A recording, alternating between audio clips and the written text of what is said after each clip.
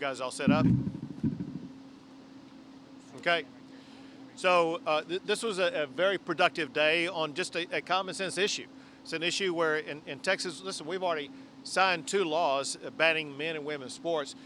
What happened today, however, was setting a standard for the United States of America, ripping apart the executive order that was put in place by Joe Biden that was completely lawless, in fact, overturned by a court, but also establishing just a very common sense standard, and that is no men and women's sports.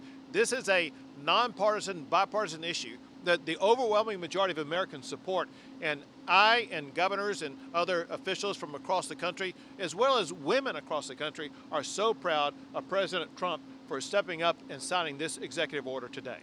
Take a few questions. Governor Abbott, can you talk more about your conversation with President Trump and Tom Homan earlier this morning? What were topics discussed and what role will Texas play?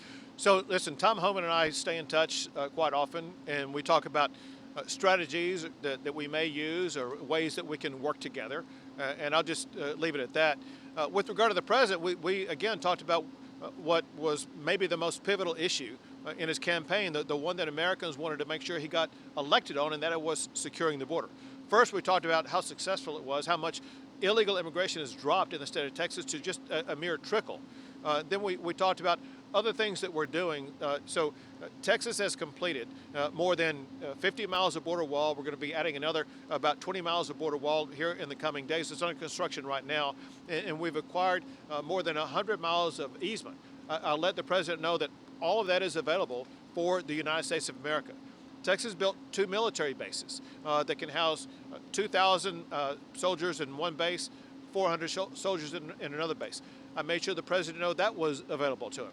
I let the president know that we have identified 4,000 jail cells in the state of Texas that can be used as detention facilities. So we're just continuing to find ways we can assist the Trump administration in finally securing our border. Governor, did you ask about the $11 billion reimbursement for Operation Lone Star? Sure. Did you offer to help you get that money? Yeah, so listen, I brought up the topic as I have both with Speaker Johnson, with members of Congress. I'll be back again next week to talk more about that with members of Congress. But yeah, he understands that in part, this is in a way a real estate transaction because Texas can transfer to the United States of America a value of well over $5 or $6 billion of real assets on the ground that Texas put in place that will continue to secure the United States for decades to come.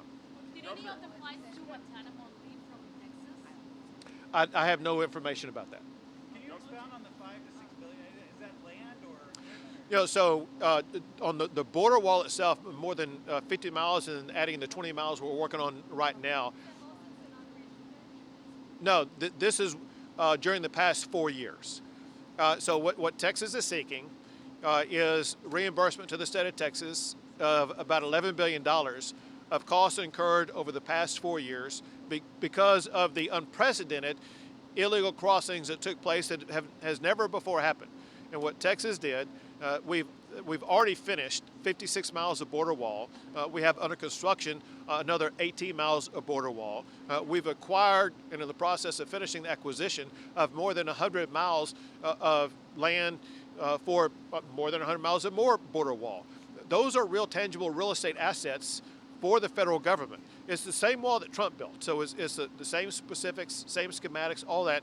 And so it's turning over an asset that the Trump administration or the United States of America would have invested in. But it's more than that. For the next 4 years, for the United States of America to have a physical location, a base of operation. One is in Eagle Pass, another is in Del Rio, where the United States of America can use about 2,500 beds for, it could be military, it could be for Border Patrol, it could be for ICE agents, whatever the case may be. That is there for them to be able to use. Also, the state of Texas is offering 4,000 prison cells at no cost to the United States that they will be able to use for at least the next 4 years or longer than that if it's needed.